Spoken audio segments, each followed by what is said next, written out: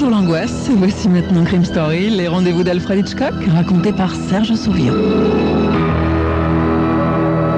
Aujourd'hui, ultime désagrément de David Vare.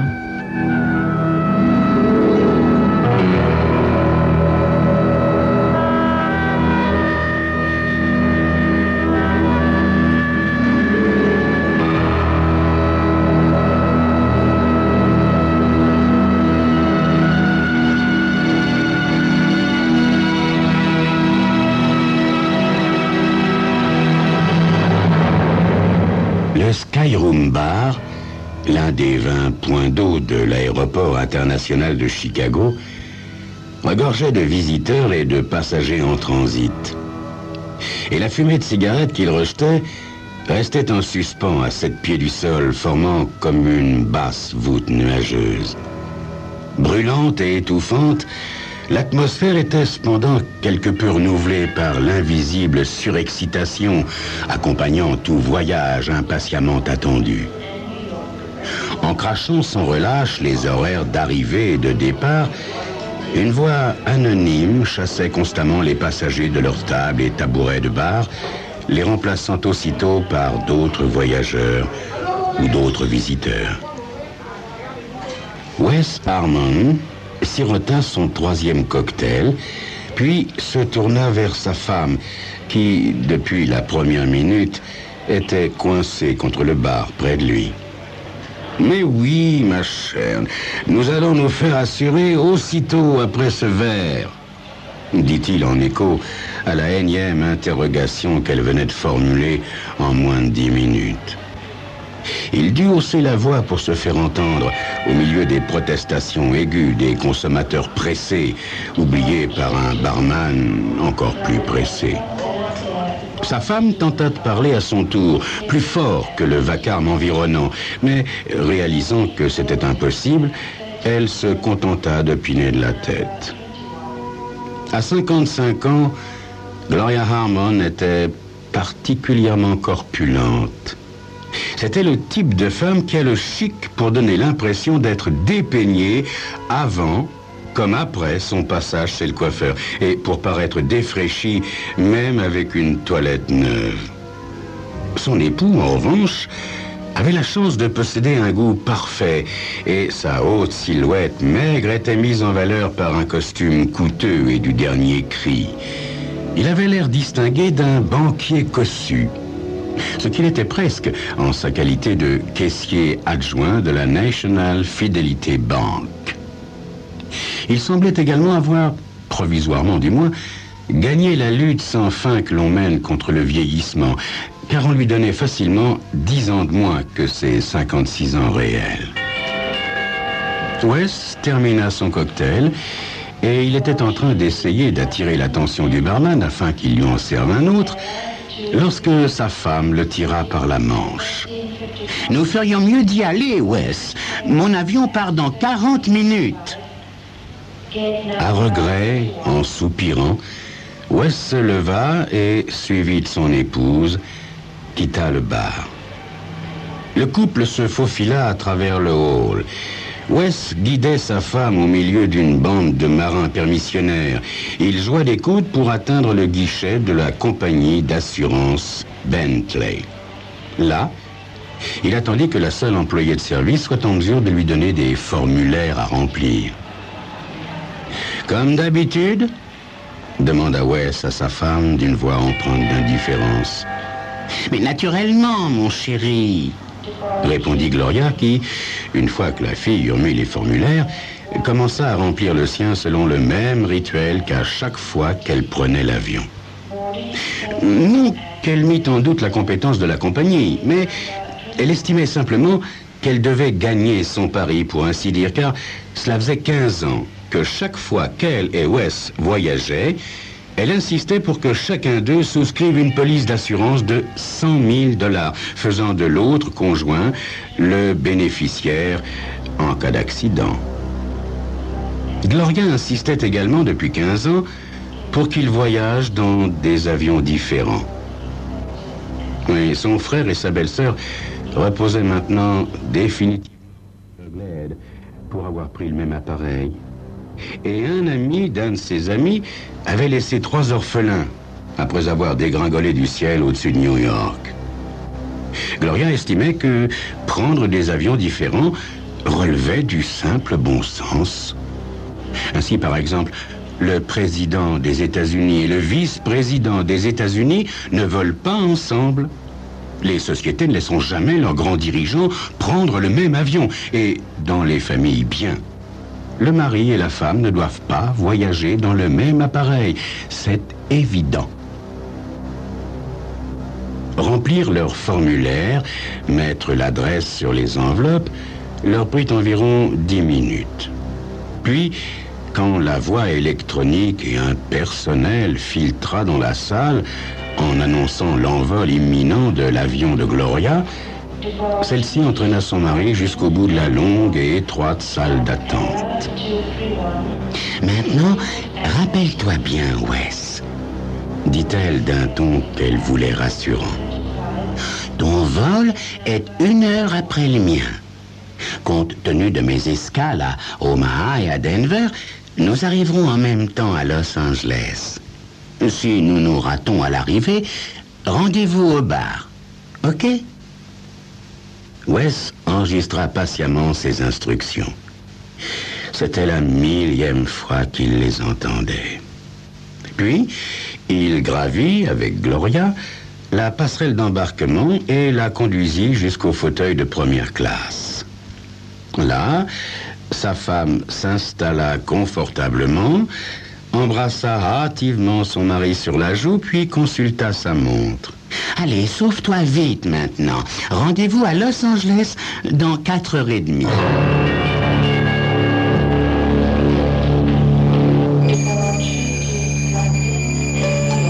Dans 4h30. Enfin, si tout va bien. Car s'il y avait un incident ou un accident... Mon Dieu, quelle bonne idée d'avoir contracté une police d'assurance. Quelle bonne idée de prendre chacun un avion différent. Mais est-ce vraiment une bonne idée? C'est ce que vous saurez dans quelques instants.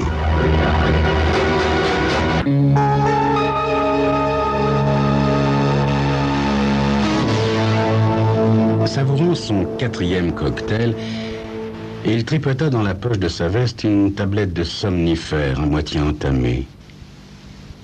Il détestait voyager en avion. Aussi, après des années d'expérience, essayait-il d'atténuer son aversion en prenant 4 cocktails. Pas un de plus, pas un de moins. Plus la moitié d'une tablette soporifique.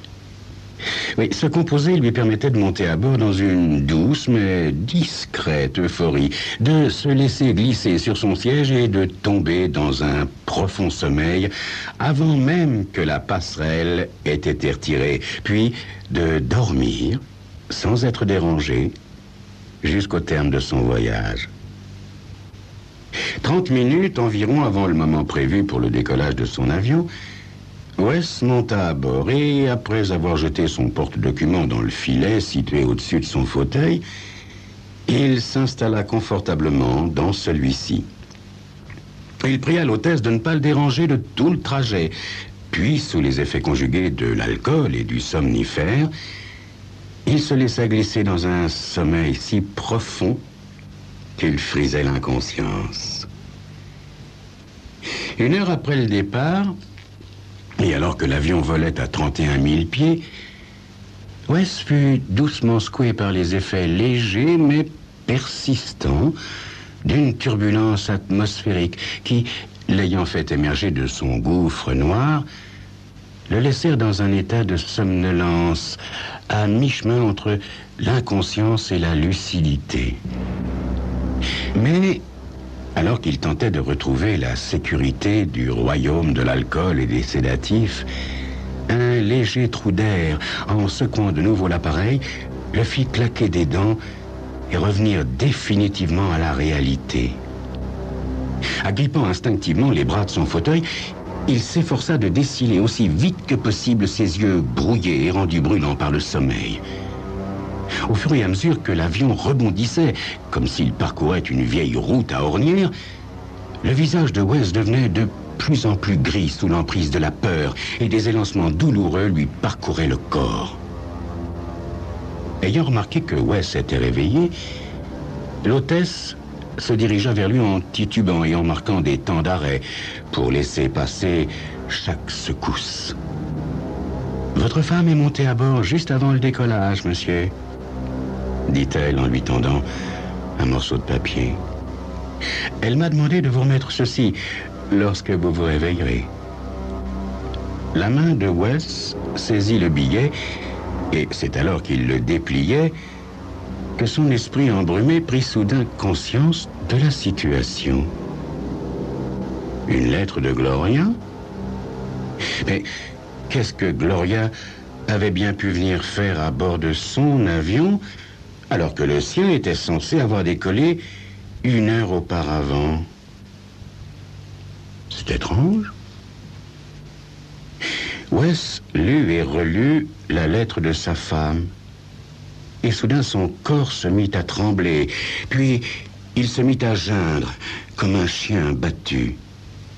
Le post-scriptum, surtout, flamboya dans son cerveau terrifié, et un gémissement sourd et désespéré s'échappa de ses lèvres. Fourrant la lettre dans sa poche, il se leva en titubant et tenta de gagner le poste de pilotage. Mais en vain.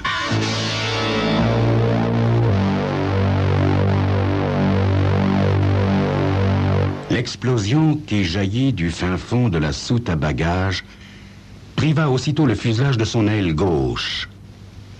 Amorcée par la bombe, une seconde explosion ravagea l'arrière de l'appareil, déchirant l'empennage de queue.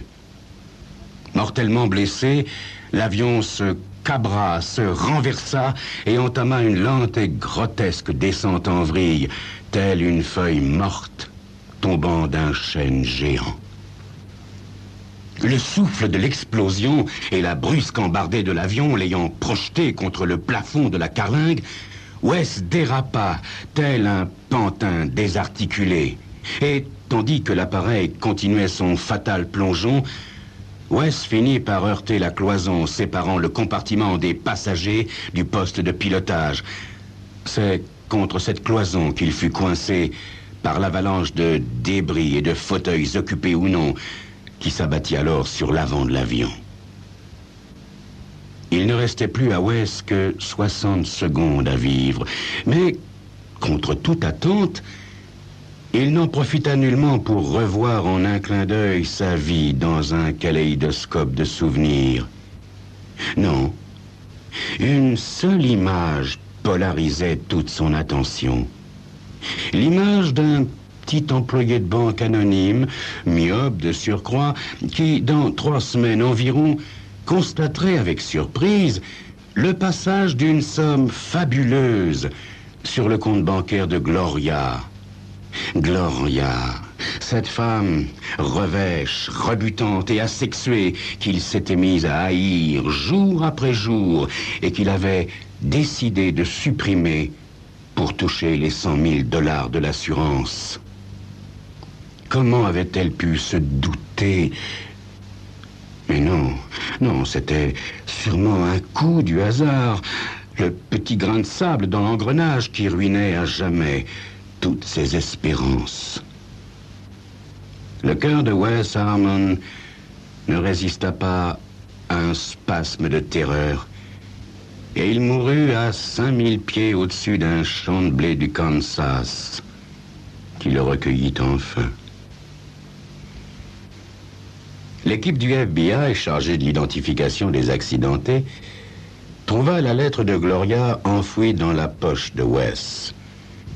Bien que maculée de sang et criblée de fragments d'eau, elle était encore lisible. « Mon cher Wes, voyant que tu étais endormi, je n'ai pas voulu te déranger. À la suite d'un incident technique, survenu juste avant le décollage, mon vol a été annulé. Je prendrai donc le dernier avion. Aussi, ne m'attends pas au bar. je te retrouverai directement à l'hôtel. Affectueusement, Gloria. Post-scriptum.